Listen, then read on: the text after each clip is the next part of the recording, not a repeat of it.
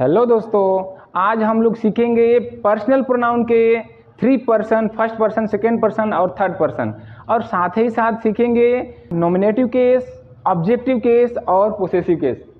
तो फ्रेंड्स, हम तीनों को देखते हैं। तीनों में फर्स्ट पर्सन को लेते हैं। फर्स्ट पर्सन में हमारा आता है आई मीन्स होता है मैं, और इसका ऑब्जेक्टिव केस में लेते हैं तो ऑब्जेक्टिव केस में आई का होता है मी। इसके बाद हम लेते हैं पोसेसिव केस में आई का क्या होता है माई, यानी कि आई है तो माई मेरा।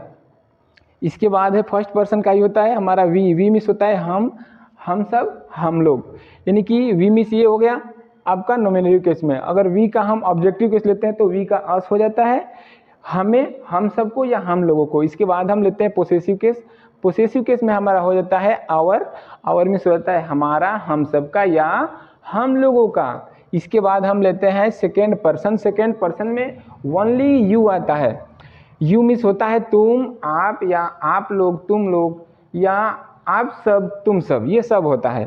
यानी कि ऑब्जेक्टिव केस अगर यू का लेते हैं तो ऑब्जेक्टिव केस में यू का यू ही हो जाता है। ऑब्जेक्टिव केस में यू का क्या होता है तुमको या आपको या तुम्हें।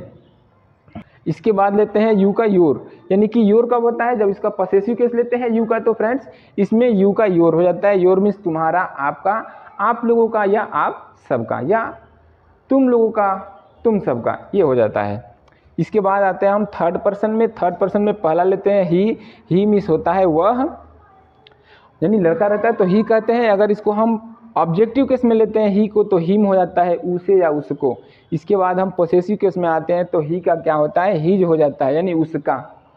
इसके बाद आते हैं थर्ड पर्सन का, ये हमारा सी मिस होता है वह, यानी यहाँ भी वह है, यहाँ भी वह, यहाँ लड़की के लिए तो सी लगता है। इसके बाद हम लेते हैं दे मिस होता है वे सब, वे लोग।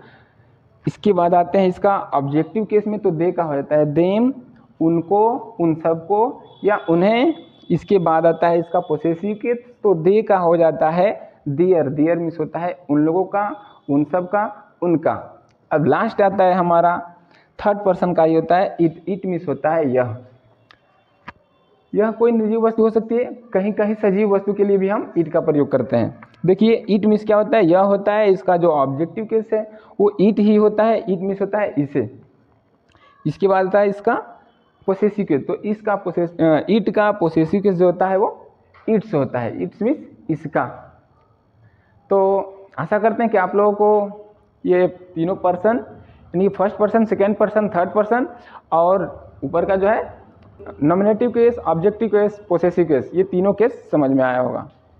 Thank you.